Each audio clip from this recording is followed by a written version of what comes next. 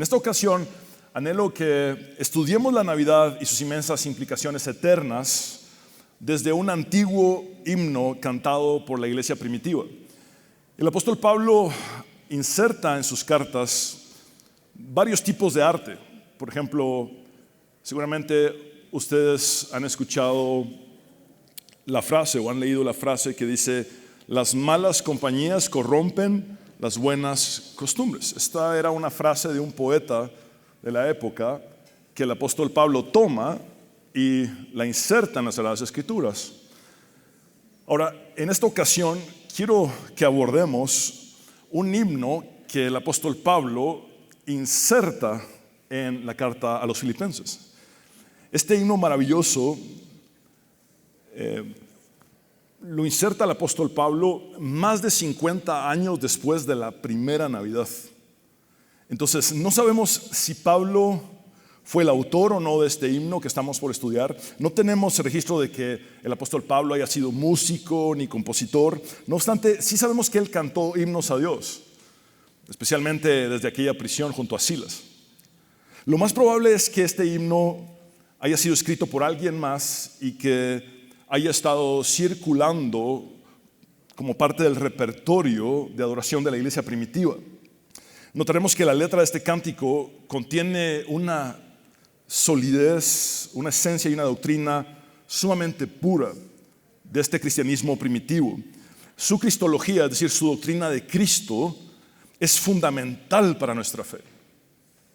Y este himno es una inspiración para los que componemos cánticos en la actualidad, porque realmente esta letra es maravillosa y nos compele a hacer y escribir música que tenga también ese inmenso valor. El título de este mensaje es La Navidad en un himno primitivo. La Navidad en un himno primitivo. Este breve himno hace un recorrido extenso que abarca la eternidad pasada, el ministerio terrenal y la eternidad futura de Cristo. Las fases del Cristo preexistente, el Cristo encarnado y el Cristo glorificado. Y aunque desconocemos cuál era la melodía de este himno, no existía en aquel entonces la forma de escribir partituras con la que hoy contamos. Entonces, no tenemos líneas melódicas de los salmos ni de los himnos de la iglesia primitiva, pero sí tenemos preservadas las letras en las Escrituras. Y esta letra es un tesoro para la iglesia cristiana.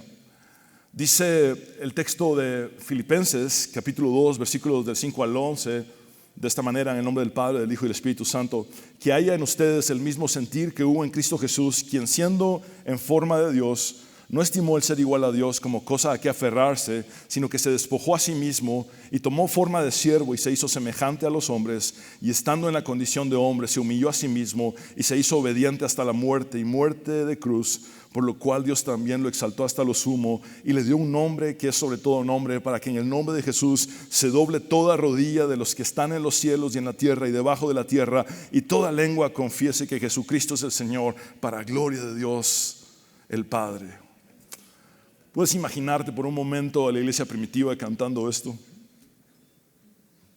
Qué maravilloso. Esta porción inicia declarando que Cristo Jesús es Dios y concluye afirmando que Él es Señor sobre todo. Ese es el verdadero mensaje de la Navidad. Jesucristo es nuestro Dios y Señor. Por tal motivo, quiero iniciar con el siguiente principio. La Navidad, más allá de ser una celebración anual, debe ser un evento que marque toda nuestra existencia y, por extensión, nuestra eternidad.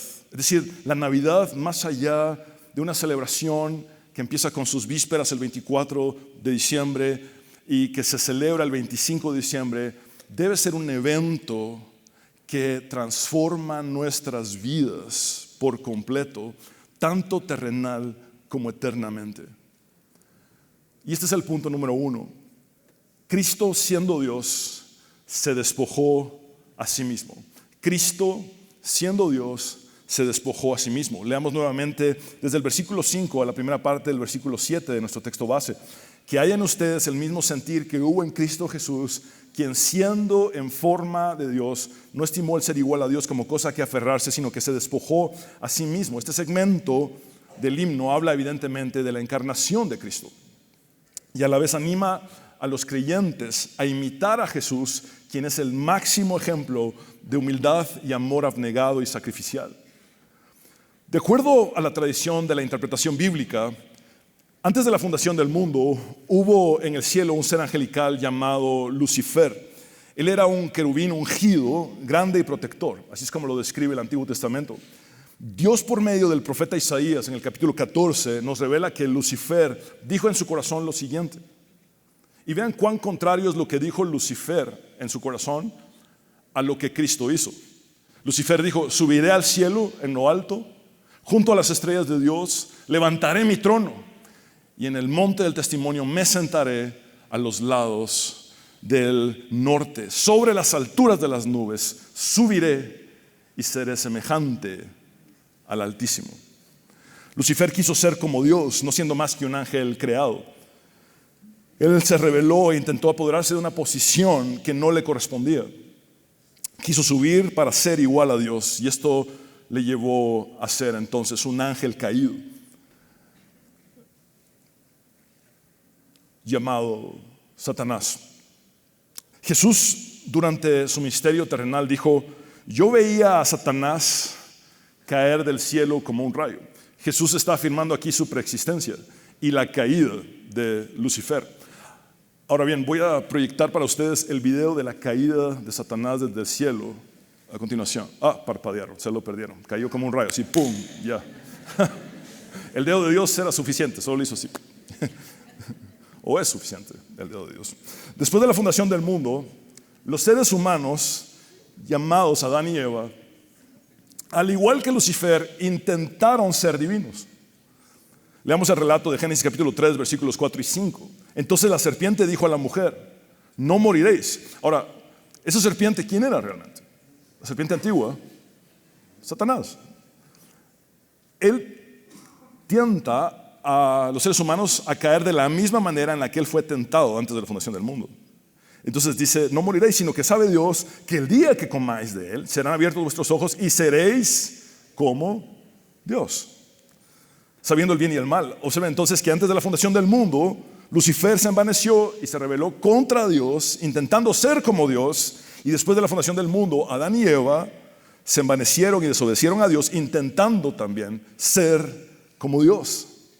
Volvamos al himno filipense, el cual parte de la eternidad pasada y se refiere al estado preencarnado de Cristo. Y vean todo el sentido opuesto a lo que Lucifer quiso en su corazón o dispuso en su corazón, y los seres humanos al momento de la caída dispusieron en su corazón. Jesús es completamente la antítesis. Y dice el texto de este himno precioso: Cristo Jesús, quien siendo en forma de Dios, es decir, siendo por naturaleza Dios, la expresión perfecta y absoluta de la esencia de la divinidad, no estimó el ser igual a Dios como cosa a que aferrarse. Esto implica que Cristo no usó su absoluta igualdad con Dios para provecho personal, sino para buscar la salvación de nosotros los pecadores. La primera parte del versículo 7 dice: sino que se despojó a sí mismo. Esto también puede traducirse como: sino que se vació a sí mismo. Por favor, repitan conmigo: despojó. Esa es la palabra griega que no, es un verbo de donde viene toda una doctrina que se llama la kenosis, que es el vaciamiento de Cristo siendo Dios. Ahora, noten que alguien que sí es Dios decide vaciarse para salvarnos, y que un ser angelical que no era Dios pujó para subir. Seres humanos que no eran Dios pujaron, según ellos, para ser como Dios al comer del fruto prohibido, creyendo la mentira de Satanás. Pero quien sí es Dios se vacía para venir a salvarnos. Eso es cristianismo. Entonces, el sentido del verbo keno, que se traduce como despojar o vaciar, es derramar algo hasta que se acaba por completo. La pregunta que surge es: ¿de qué se vació Cristo siendo Dios? Algunos erróneamente han propuesto que Él se vació de su deidad, pero esta interpretación no está en armonía ni es congruente con lo que Cristo dijo de sí mismo, ya que durante su ministerio terrenal Él afirmó ser Dios. Él no podía despojarse de su deidad porque es su misma naturaleza, su propia esencia. Se los expongo de esta manera. Si yo vacío esta botella, ¿deja de ser una botella o se convierte en una botella vacía? Entonces, cuando hablamos de la naturaleza divina de Cristo, Él siendo Dios, se vació sin dejar de ser Dios. Y podemos responder bíblicamente de qué fue lo que Él se vació. Por ejemplo, Cristo se despojó de su gloria. Este es el inciso A. Antes de ser arrestado, Jesús oró al Padre diciendo: ahora pues, Padre, glorifícame tú al lado tuyo con aquella gloria que tuve contigo antes que el mundo fuese. Jesucristo enfatiza su preexistencia divina, así como su unión con el Padre desde la eternidad. También reconoce haberse despojado o vaciado de la gloria que tuvo antes de la fundación del mundo, antes de que el mundo existiera. Asimismo, Cristo se despojó de su honra. Ese es el inciso B. Cristo se despojó de su honra. Alrededor de 700 años antes del nacimiento de Cristo, Dios por medio del profeta Isaías habló acerca de este Mesías siervo en 4 cánticos que son conocidos de esa manera. Los 4 cánticos del siervo en el libro de Isaías. Por cierto, quiero leer una parte de estos 4 cánticos del siervo. Dice: mi siervo creció en la presencia del Señor como un tierno brote verde, como raíz en tierra seca. No había nada hermoso ni majestuoso en su aspecto, nada que nos atrajera hacia él. Fue despreciado y rechazado, hombre de dolores, conocedor del dolor más profundo. Nosotros le dimos la espalda y desviamos la mirada. Fue despreciado y no nos importó. El Cristo preexistente, que había recibido la adoración celestial ininterrumpidamente, al despojarse de su honra y encarnarse, se expuso voluntariamente al desprecio, el rechazo y el odio de los seres humanos. El evangelista Juan lo explica de esta manera: a lo suyo vino y los suyos no lo recibieron. De igual manera, Cristo se despojó de sus tesoros celestiales. Pablo dice en la segunda carta a los Corintios capítulo 8 versículo 9: ya conocen la gracia de nuestro Señor Jesucristo, que aunque era rico, por causa de ustedes se hizo pobre, para que mediante su pobreza ustedes llegaran a ser ricos. Esta riqueza conlleva el regalo de la salvación y sus bendiciones, es decir, la herencia del reino de Dios, la justicia de Dios y la glorificación futura que nos aguarda eternamente. Quiero llamar su atención sobre el hecho de que Cristo, aunque era rico, se hizo pobre, porque esto lo manifestó también en su vida terrenal. Él nació en un pesebre. Durante su vida no tuvo dónde recostar su cabeza, y al morir fue sepultado en una tumba prestada que era propiedad de José de Arimatea. También Cristo se despojó del ejercicio de su propia voluntad. Leamos los siguientes textos del Evangelio de Juan que registran las palabras de Jesús diciendo: yo no puedo hacer nada por mí mismo.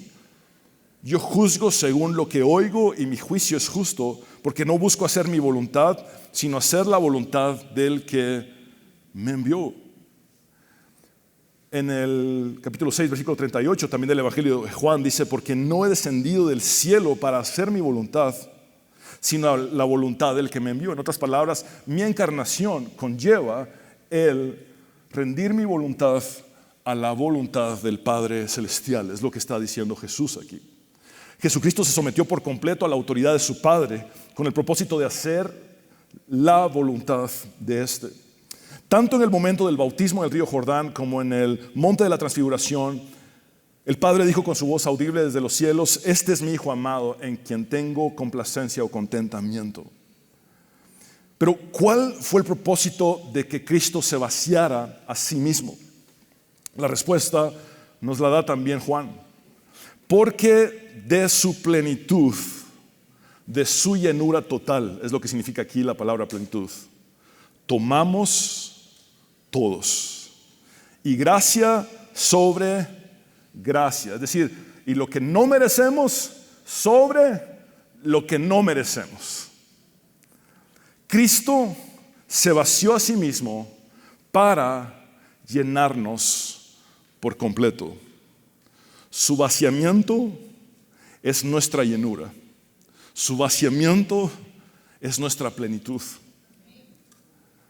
Es sumamente interesante que Juan dice en su primera carta que lo que el mundo ofrece no proviene de Dios. Y habla también de los deseos de la carne, el placer egoísta, los deseos de los ojos, la codicia, el materialismo, el amor al dinero y la vanagloria de la vida, la búsqueda de fama, posición, protagonismo, de que las cosas se traten de uno mismo. Todo lo que hay en el mundo produce solamente más y más vacío. Por eso un principio de la sabiduría bíblica en Eclesiastés es: el que ama el dinero no se sacia con dinero. El que ama lo que el mundo ofrece no se sacia con lo que el mundo ofrece. Entonces, mientras más grande, pero mientras más una persona trata de llenarse con lo que el mundo ofrece, más y más grande será su vacío y falta de propósito. El filósofo físico y matemático francés Blaise Pascal lo explica así: en el corazón de todo hombre existe un vacío que tiene la forma de Dios. Este vacío no puede ser llenado por ninguna cosa creada. Él puede ser llenado únicamente por Dios, hecho conocido mediante Cristo Jesús. Tu vacío tiene el tamaño de Dios. Tu vacío tiene la forma de Dios. Y su vaciamiento nos hace entonces tomar de su plenitud para nosotros ser llenos por completo. El Verbo encarnado de Dios, Jesucristo, vino a ser nuestro buen pastor para darnos no solamente vida, sino vida en abundancia.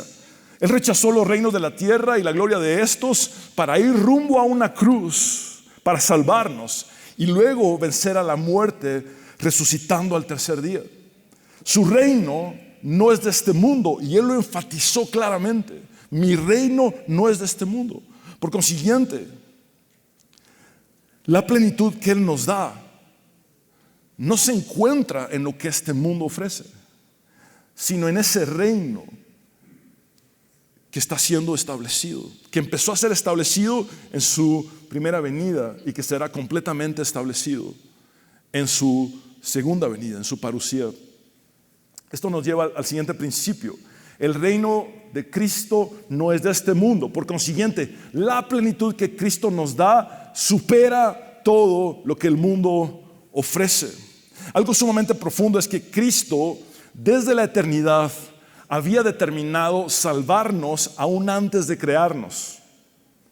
Recordemos que alrededor de 700 años antes del nacimiento de Cristo, el profeta Miqueas anunció que el Mesías nacería en Belén, y además proclamó que sus salidas u orígenes son desde el principio, desde los días de la eternidad. Leamos el texto del profeta Miqueas: pero tú, Belén Efrata, aunque eres pequeña entre las familias de Judá, de ti me saldrá el que ha de ser gobernante en Israel, y sus orígenes son desde tiempos antiguos, desde los días de la eternidad. Es decir, el que nacería en Belén había salido desde la eternidad. En su primera carta, el apóstol Pedro dice en el capítulo 1, versículo 20, lo siguiente: Dios lo eligió, se refiere a Cristo, como el rescate por ustedes mucho antes de que comenzara el mundo, pero ahora en estos últimos días Él ha sido revelado por el bien de ustedes. Antes de la fundación del mundo, nuestro rescate ya estaba determinado. La Navidad estaba en los planes de Dios antes de que Él creara esta tierra. El mismo verbo o palabra de Dios que haría la creación se haría criatura para salvarnos. Prácticamente es así de fuerte. En el momento en el que el verbo de Dios, que posteriormente se encarnaría, crea todo lo que existe, se estaba sentenciando a morir por nosotros. Y cualquiera de nosotros en su mente finita podría pensar, pero entonces, ¿cuál es el objetivo de crear algo que te va a costar vaciarte como Dios y venir a esta tierra como una criatura para hacerte siervo y morir de la forma más degradante? ¿Qué sentido hay en, siendo el Todopoderoso, crear algo para después vaciarse a sí mismo y morir en una muerte de cruz? Es un misterio, pero lo que puedo entender es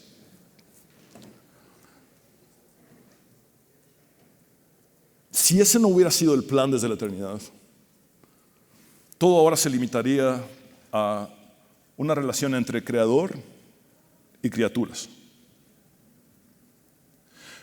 Pero Él quería algo más profundo con nosotros. Él quería darnos una muestra de toda la extensión de su amor. Y para mostrarnos toda la extensión de su amor, no se podía limitar a una relación de creador y criaturas. Tenía que extenderse a una relación de salvador y salvados.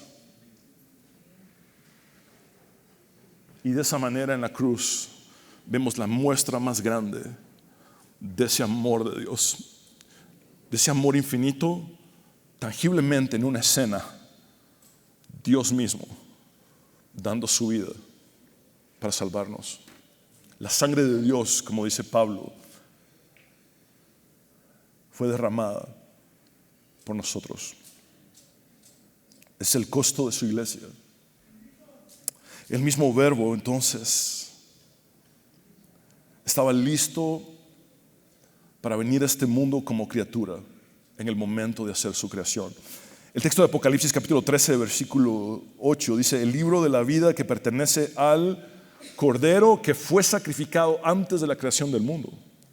Cuando habla aquí en pasado, significa que había una determinación plena, absoluta en Dios de que esto se llevara a cabo. Antes de la fundación del mundo, para Él ya era una realidad, que vendría como el Cordero de Dios a salvarnos. La muerte salvadora de Cristo siempre fue parte del plan eterno de salvación de Dios para nosotros. Esto implica que Cristo, insisto, estaba determinado a morir por nosotros aún antes de crearnos. En síntesis, Cristo era completamente Dios, pero se vació a sí mismo de tal modo que, preservando su esencia divina, pudo ser completamente humano. En Cristo, Dios se hizo hombre. Él es el Emmanuel, Dios con nosotros, los seres humanos. Esto nos lleva al punto número 2. Cristo, siendo hombre, derramó su vida hasta la muerte. Es decir, no solo se vació como Dios, sino también se vació como hombre. Cristo, siendo hombre, derramó su vida hasta la muerte. Leamos desde la segunda parte del versículo 7 al versículo 8. Y tomó forma de siervo. Esta palabra siervo es el término griego doulos, que se traduce también como esclavo. Entonces, Cristo tomó la forma de un esclavo. No solo se hizo hombre, se hizo esclavo y se hizo semejante a los hombres, continúa diciendo, y esto se refiere evidentemente a la encarnación de Cristo. Cristo no vino de ser el rey del cielo a hacerse un rey a la manera de este mundo. Al despojarse de su majestad divina, se sometió en obediencia a su Padre y se hizo un esclavo para venir a servir a los pecadores. Cuando Dios hace por un pecador el trabajo de un esclavo, eso es amor. El lavamiento de los pies es un reflejo de esto. El lavamiento de los pies estaba destinado exclusivamente como un trabajo para esclavos, no judíos. Si el esclavo era judío, lo exoneraban de lavar los pies de los amos. Y Jesús asume el rol de un esclavo para lavar nuestros pies Insisto, cuando Dios hace el trabajo de un esclavo para el beneficio de un pecador, eso es amor. Versículo 8. Y estando en la condición de hombre, se humilló a sí mismo y se hizo obediente hasta la muerte y muerte de cruz. Este es el misterio de la encarnación. Jesucristo no es mitad Dios y mitad hombre. Entenderlo así es un grave error. Él no es mitad Dios y mitad hombre. Él es completamente Dios y completamente hombre. Asimismo, pensar que Él es dos personas es otro error, porque Él es una sola persona con dos naturalezas, la divina y la humana. A eso le llamamos en teología la unión hipostática. Jesucristo entonces es una sola persona con dos naturalezas, la divina y la humana, y siendo Dios se vació a sí mismo, y siendo hombre derramó su vida hasta la muerte. Insisto en esto, lo dio todo como Dios y lo dio todo como hombre para salvarnos. La información que los profetas del Antiguo Testamento nos brindan acerca del Mesías venidero es tanta que hubiera sido posible hacer una biografía de Jesucristo incluso antes de que Él naciera. Los profetas del Antiguo Testamento anunciaron el tiempo exacto de su nacimiento.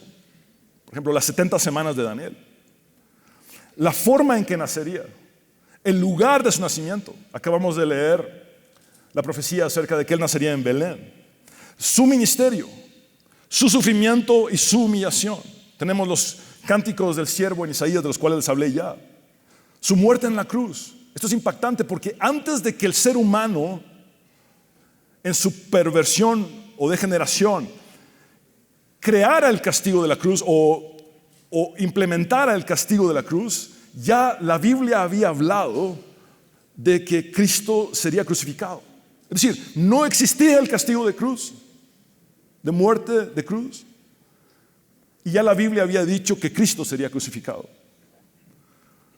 También tenemos registro de su resurrección en todas las profecías del Antiguo Testamento.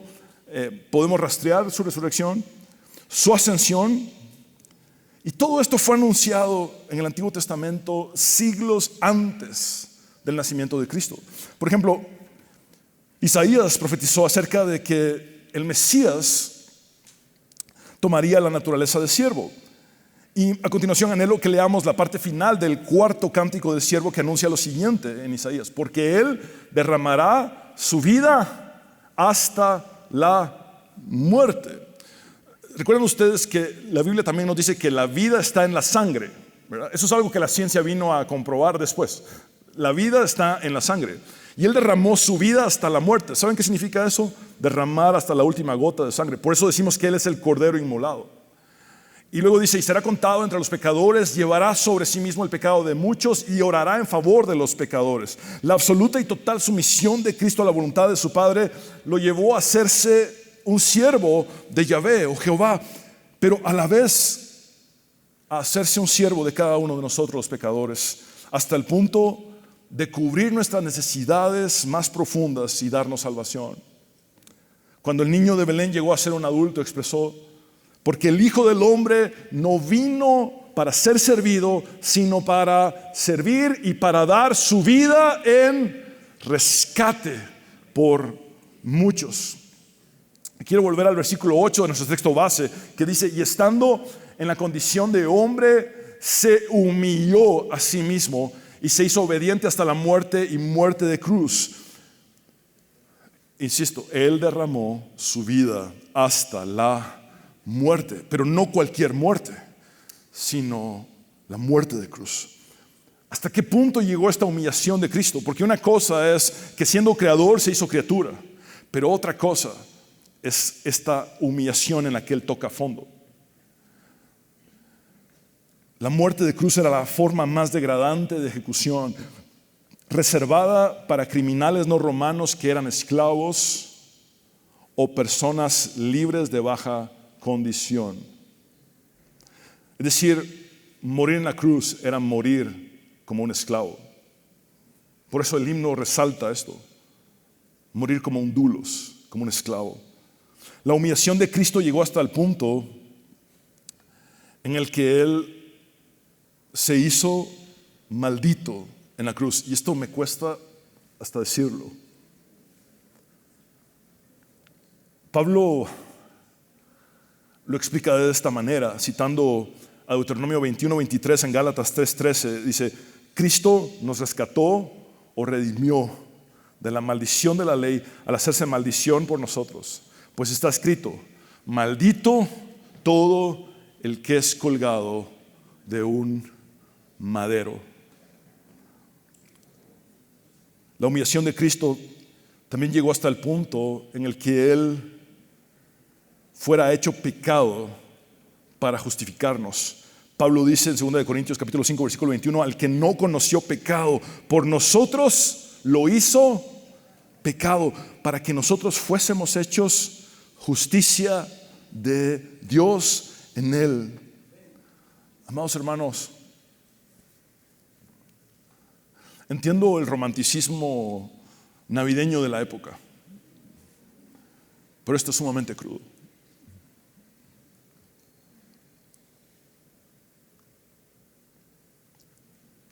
El niño en el pesebre nos habla de que Dios se hizo carne con un propósito: hacerse maldito y pecado por nosotros.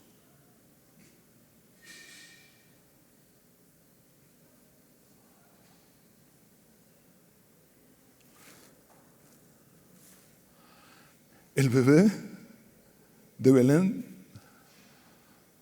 se haría maldito para bendecirnos, y se haría pecado para perdonar los nuestros y limpiarnos de nuestra maldad,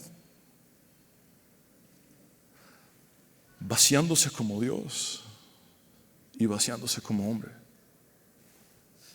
para llenarnos por completo. De alguna manera, el pesebre de Belén tenía ya la sombra de la cruz, como lo expresa artísticamente esta fotografía. Porque la Navidad habla de esto: Dios se hace hombre para morir.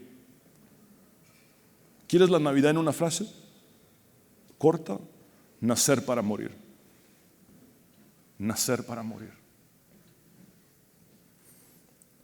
Incluso Cristo en su humillación llegó hasta el punto de rendir su relación eterna con el Padre, para que su Padre se convirtiera también en nuestro Padre. Desde la cruz, desangrándose en total soledad y rodeado de oscuridad, dice Mateo 27:46, Jesús exclamó a gran voz diciendo: Elí, Elí, lema sabactani. Esto es: Dios mío, ¿por qué me has abandonado? Amados hermanos, esta es la herida que trasciende a la cruz. Esta es la herida que trasciende la humanidad de Jesús. Aquí, ¿saben qué pasa? Dios mismo se parte en dos.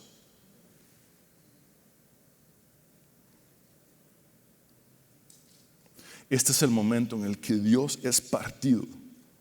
Esta es la herida más profunda de todas, en el que la omnipresencia del Padre se limita y se ausenta al ver que todo el pecado de la humanidad estaba siendo cargado sobre su Hijo Jesucristo, quien se hizo maldito y pecado por amor a nosotros en la cruz del Calvario.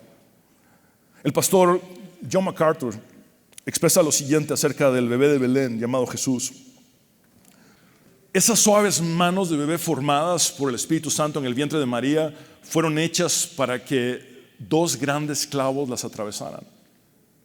Esos pequeños pies regordetes eran para subir una colina y ser clavados en una cruz. Esa cabeza sagrada fue hecha para llevar una corona de espinas. Su tierno cuerpo envuelto en pañales sería atravesado por una lanza para revelar un corazón roto.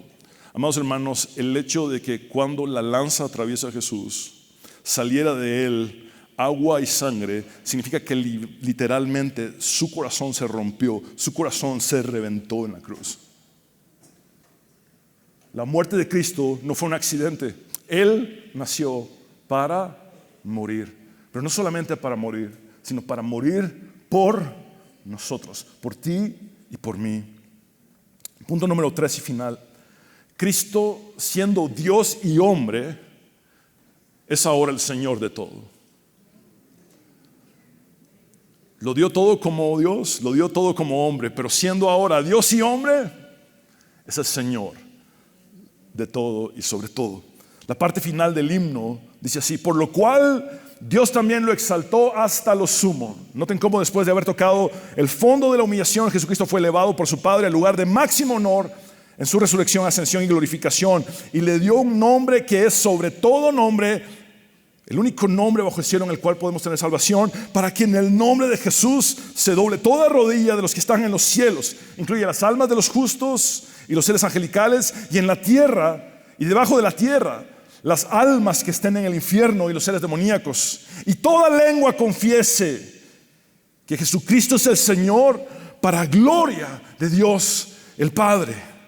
Absolutamente todos, sin excepción, reconocerán el gobierno de Cristo y se rendirán ante su señorío. Ningún ser creado, ya sea angelical o humano, podrá escapar del poder, la soberanía y el dominio de Jesucristo. Sean ángeles y santos en el cielo, seres vivientes en la tierra, o Satanás, sus demonios y los habitantes del infierno.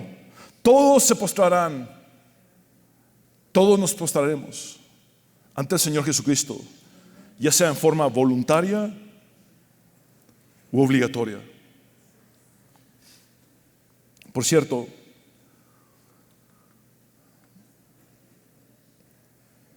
tanto el cielo como el infierno están llenos de personas que fueron pecadoras en esta tierra. Entonces, si lo ves de una forma mucho más profunda, la gente no está en el cielo porque se ganó el cielo, sino por haber creído en Jesús, el único Salvador que perdona pecados. Y la gente que está en el infierno no está en el infierno necesariamente por ser pecadores, porque también hay ex pecadores en el cielo. Están en el infierno por no haber creído en el único nombre bajo el cielo dado a los hombres en el que hay salvación. El único que perdona pecados se llama Jesús. El cuarto cántico del siervo del libro de Isaías, cuyo final ya leímos, empieza así, es como comienza este cuarto cántico, y dice: aquí está mi siervo, será prosperado, engrandecido y exaltado, será puesto muy en alto. Esto profetiza la exaltación de Cristo aún 700 años antes de su nacimiento. Ciertamente Jesucristo ha sido exaltado a la diestra de Dios. El autor de Hebreos dice en el capítulo 1 versículo 3 que el Hijo irradia la gloria de Dios y expresa el carácter mismo de Dios, y sostiene todo con el gran poder de su palabra. Después de habernos limpiado de nuestros pecados, se sentó en el lugar de honor a la derecha del majestuoso Dios en el cielo. Al venir a este mundo en su encarnación, Cristo, siendo Dios, se vació a sí mismo y se hizo semejante a los hombres. Al culminar su ministerio terrenal y ascender al cielo, Él siguió conservando su humanidad. No hay tal cosa como una desencarnación. Eso no existe. En otras palabras, su encarnación fue una decisión irreversible con consecuencias eternas. Aun cuando Cristo preserva su humanidad, también ha recuperado todas sus prerrogativas divinas, de las cuales se había vaciado en su encarnación, y ha sido ahora exaltado hasta lo sumo. Es por eso que el autor de Hebreos dice lo siguiente: porque no tenemos un sumo sacerdote que no pueda compadecerse de nuestras debilidades, sino uno que fue tentado o probado en todo según nuestra semejanza, pero sin pecado. Amados hermanos, si me permiten expresarlo de la siguiente manera: después de la encarnación y la exaltación de Cristo, uno de nosotros, los seres humanos, está sentado en el trono celestial.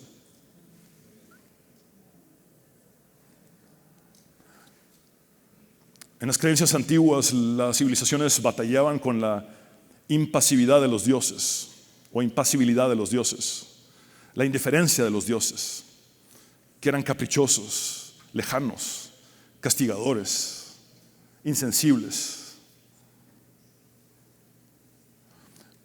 Pero en el cristianismo, que es la única verdad, Dios se hizo como uno de nosotros para que también uno de nosotros que nos entiende plenamente en todas nuestras pruebas, tentaciones, debilidades y aflicciones esté ahora sentado sobre el trono celestial. Y Él ahora espiritualmente nos invita a estar con Él. Es lo que dice el autor de Hebreos. Perdón, es lo que dice el autor de Efesios, que con Él estamos sentados nosotros también espiritualmente, porque nosotros somos su cuerpo. Él es la cabeza y nosotros el cuerpo. Si Él está en el trono, su cuerpo, nosotros espiritualmente estamos con Él allí. Y Él está con nosotros. Y Él dijo, y yo estaré con ustedes todos los días hasta el fin del mundo.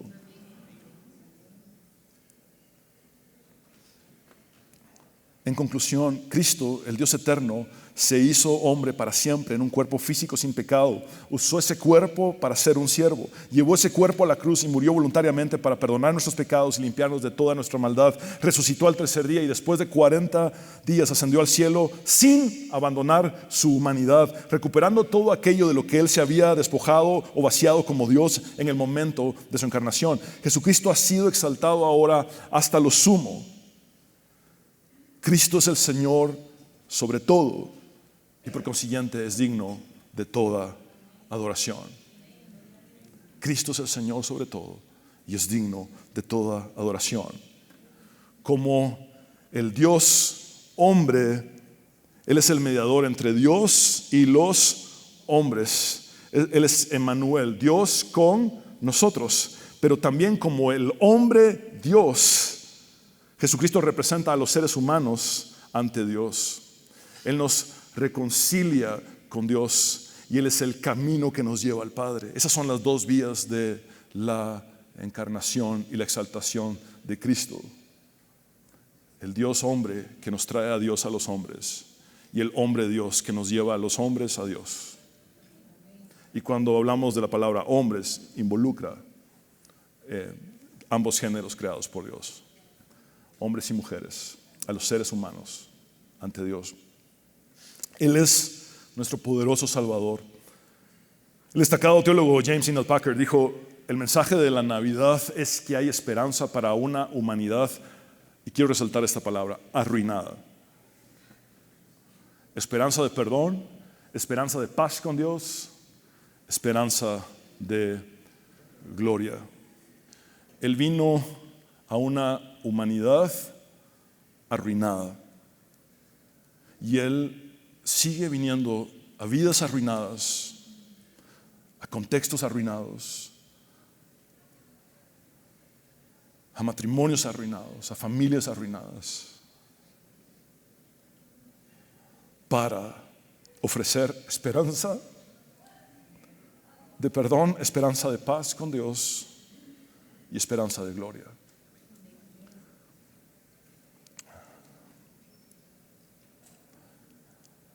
El Señor puede restaurar cualquier cosa que se haya roto. No hay nada que la Navidad no pueda resolver.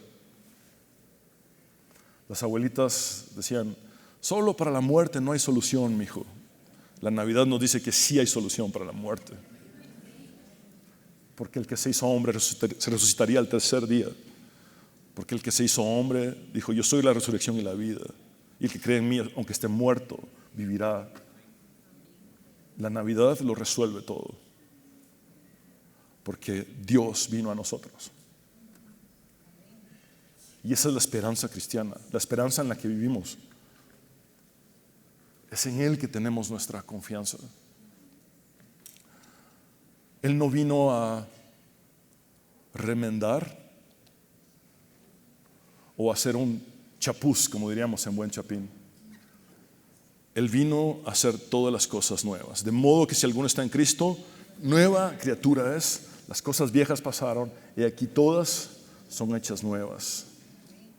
Él vino a darnos nueva vida.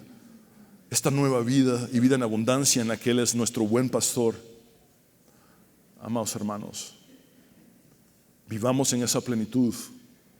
No en una alegría que es válida y que es hermoso compartir el 24 y el 25 una vez al año. Pero veamos a la Navidad más allá de esa celebración anual.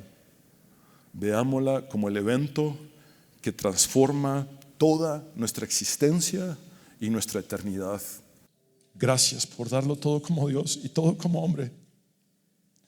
No te guardaste nada para salvarnos, para alcanzarnos, para cambiarnos, transformarnos, para hacer de nosotros nuevas criaturas, para rescatarnos, para hacernos salir de las tinieblas a tu luz admirable. Gracias, Señor, porque cuando veo la cruz, veo tu amor, pero también te veo haciéndote maldito. Y por eso hoy somos nosotros bienaventurados, somos bendecidos. Tú no solo moriste por nosotros, tú también tomaste nuestro lugar en esa cruz. Tu sacrificio es expiatorio. Por consiguiente, el que te hayas hecho maldito es para bendecirnos. El que te hayas hecho pecado es para perdonar los nuestros y para limpiarnos de nuestra maldad. Señor, yo oro por aquellas personas que están vacías, que tienen vacíos existenciales, vacíos de cualquier clase. Juan lo sigue diciendo de esta manera en su prólogo del Evangelio: porque de su plenitud tomamos todos. Tu vaciamiento tenía la agenda de llenarnos. Y gracia sobre gracia significa: van a conocer al Dios que les da todo lo que no se merecen, sobre todo lo que no se merecen. El Dios que en lugar de pujar para arriba, como lo hizo Lucifer, o como lo hicimos los seres humanos en la caída de Génesis 3, se vació a sí mismo como Dios y se vació a sí mismo como hombre para llenarte a ti y llenarme a mí. Tomemos hoy de su plenitud, de su llenura total, y conozcamos su shalom, esa completitud, ese bienestar en nuestros corazones, porque Él es nuestro poderoso Salvador, quien fue, quien es y quien ha de venir. Quiero hablar contigo, hombre y mujer, que necesitas entregar tu vida a Cristo. Haz esta oración de fe conmigo y habla con Dios como nunca antes lo has hecho. Dile, uniendo tu corazón y creyendo con tus labios: Señor Jesús, creo en ti, sálvame. Reconozco que soy pecador, pero también sé que tú moriste en la cruz para perdonar mis pecados y que resucitaste al tercer día, dándome la victoria y la vida eterna. Hoy recibo, Señor, el regalo de la vida eterna y la salvación. Te entrego mi vida tal cual soy, tal cual estoy. Transfórmame tú, cámbiame tú. Llena mi vacío con tu plenitud. Hazme un instrumento tuyo, Jesús. Me rindo por completo a ti. Sálvame. Hoy mi boca confiesa que tú eres el Señor, para la gloria de Dios Padre. Es en tu nombre, Jesús, el único nombre bajo el cielo dado a los hombres, en el cual podemos ser salvos, que hemos orado. Tu nombre, Jesús. Amén.